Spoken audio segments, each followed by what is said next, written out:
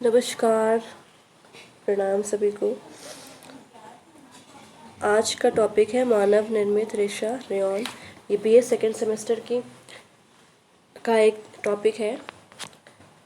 तो आइए जानते हैं कि मानव निर्मित रेशा रेयॉन के बारे में।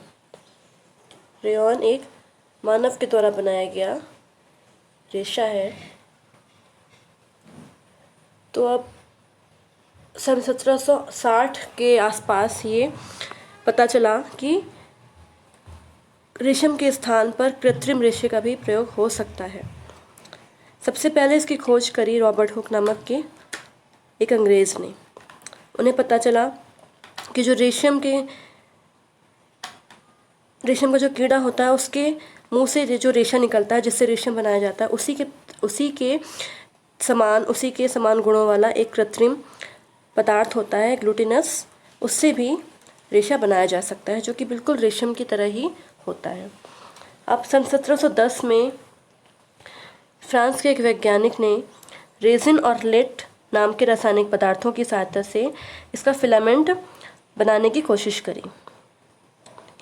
उसके बाद 1840 में एक उपकरण का आविष्कार किया गया जिससे कि रेशम की तरह दिखने वाला रेशा बनाया जा सकता था। अब एक स्विट्ज़रलैंड के बहुत बड़े केमिस्ट थे जॉर्ज ऑडिमंस। इन्होंने सेलुलोज नाइट्रेट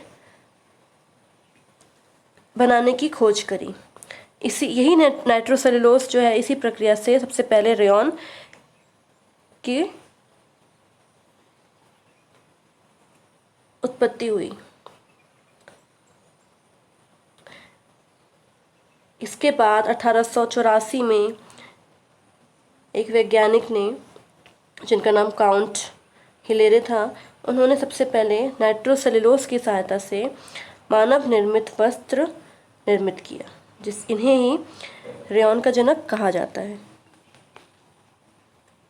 चार्डोनेट ने प्रथम रेयॉन फैक्ट्री का भी निर्माण किया। इसके बाद सन 1890 में फ्रांस के एक वैज्ञानिक थे, उन्होंने कुप्रामोनियम प्रक्रिया का विकास किया। नाइट्रोसेलुलोज प्रक्रिया से सबसे पहले रेयॉन बनाया गया, उसके बाद कुप्रामोनियम प्रक्रिया इसकी खोज करी एक फ्रांस के वैज्ञानिक ने।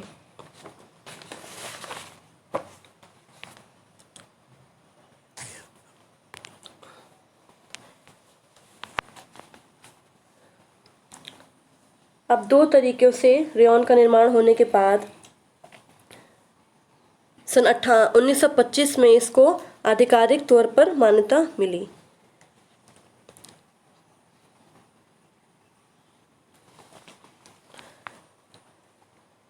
फिर फेडरल ट्रेड कमीशन एक कंपनी थी, इसने 1937 में सेलुलोज के द्वारा किसी भी रेशे या धागे को रेयॉन का नाम दे दिया। पहले शुरुआत में तो ऐसा होता था कि रेयॉन के वस्त्र बहुत ही धुंधले पड़ जाते थे, मतलब इनकी चमक फीकी हो जाती थी और जब इनको प्रेस किया जाता था तो इन पर ये नुकसान हो जाता था। प्रेस करने के बाद इनका बिल्कुल भी अच्छे नहीं रहते थे, लेकिन बाद में इसके गुणों में सुधार हुआ। आज रेयॉन सबसे अधिक लोकप्रिय है क्योंकि रेयॉन के वस्त्र जो होते हैं रेशमी वस्त्र से बहुत सस्ते और चमकदार दिखते हैं, इसलिए रेयॉन को कृत्रिम रेशम भी कहा जाता है। रेयॉन का शाब्दिक अर्थ होता है सूर्य की किरणों को परावर्तित करने वाला। कृत्रिम रेशा जिससे रेयॉन बनता है उसको नकली रेशम के नाम से जानते हैं। करीब 100 वर्ष पहले रेयॉन का उत्पादन व्यापारिक स्तर पर आरंभ हुआ है। जिस तरह से रेशम का कीड़ा शहतूत के पत्ते खाकर सेलुलोज को अपनी ग्रंथियों से निकालता है, उसी प्रकार से ये जो कृत्रिम प्रक्रिया होती है उसमें रेयॉन भी सेलुलोज पदार्थ को एक टोटी से निकालता है। इसी के द्वारा रेयॉन बनाया जाता है। एक टोटी होती है, उसमें कृत्रिम पदार्थ सेलुलोज को भर देते हैं, उसी के द्वारा रेयॉन बनाया जाता है। इस टोटी को स्पिंडलेट कहा जाता है। इसके आगे का भाग प्लेटिनम धातु का बना होता है। अब रेयॉन का उत्पादन पहले नाइट्रोसेलुलोज विधि से प्रारंभ हुआ।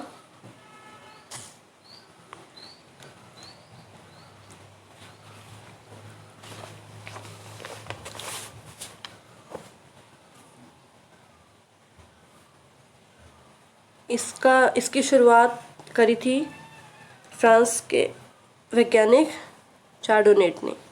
इसमें गंधक सल्फ्यूरिक तथा नाइट्रिक एसिड का प्रयोग होता है। फिर आती है विस्कोस प्रक्रिया।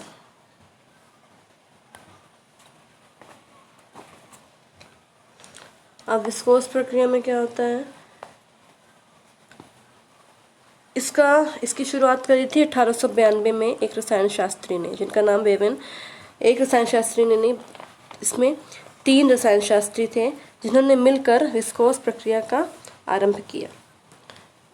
वेवन, क्रॉस तथा बीडल ने, और ये शुरुआत हुई थी 1892 में।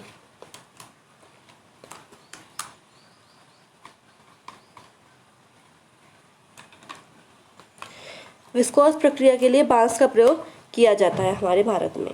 सबसे पहले बांस की लुगदी बनाई जाती है, उसके बाद उसे साफ़ किया जाता है।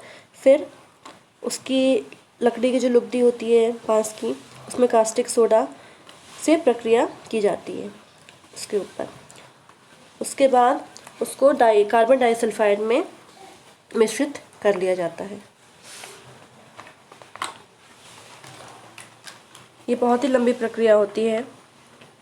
उसके बाद क्या होता है, कास्टिक सोडे का घोल बनाया जाता है। उसमें लाल नारंगी रंग का एक द्रव घोला जाता है, जिससे कि जो ये लुगदी वाला पदार्थ है ये साफ़ हो जाता है। और इसको जब इसके साफ़ होने के बाद इसको जब उसी घोल में जमाते हैं तो ये विस्कोस के नाम से जाना जाता है। अब जमने के बाद इसको छोटे छोटे छेदों से सल्फ्यूरिक एसिड के घोल में से निकाला जाता है।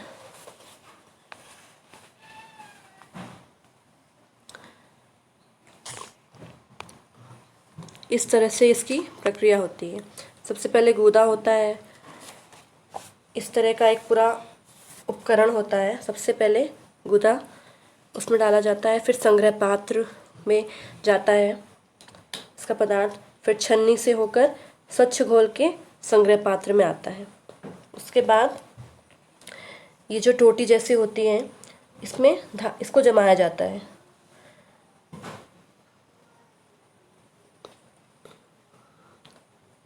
इसमें जमाने वाले आम्लिक ऊष्मक होते हैं। फिर ये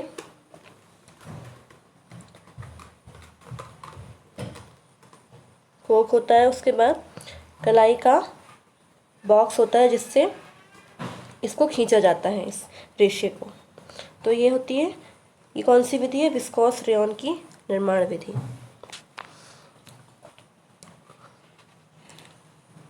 तो आज के लिए बस इतना ही। ये आपने जाना कि रेयॉन का निर्माण कैसे हुआ, इसका इतिहास क्या था, और मानव निर्मित रेशा रेयॉन क्या है, रेशम का एक तरह से नकल है।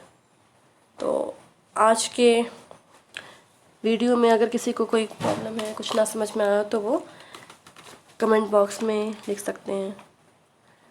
और मेरा वीडियो जिसने जो पहली बार देख रहे हैं वो प्लीज़ सब्सक्राइब करें, उसे लाइक करें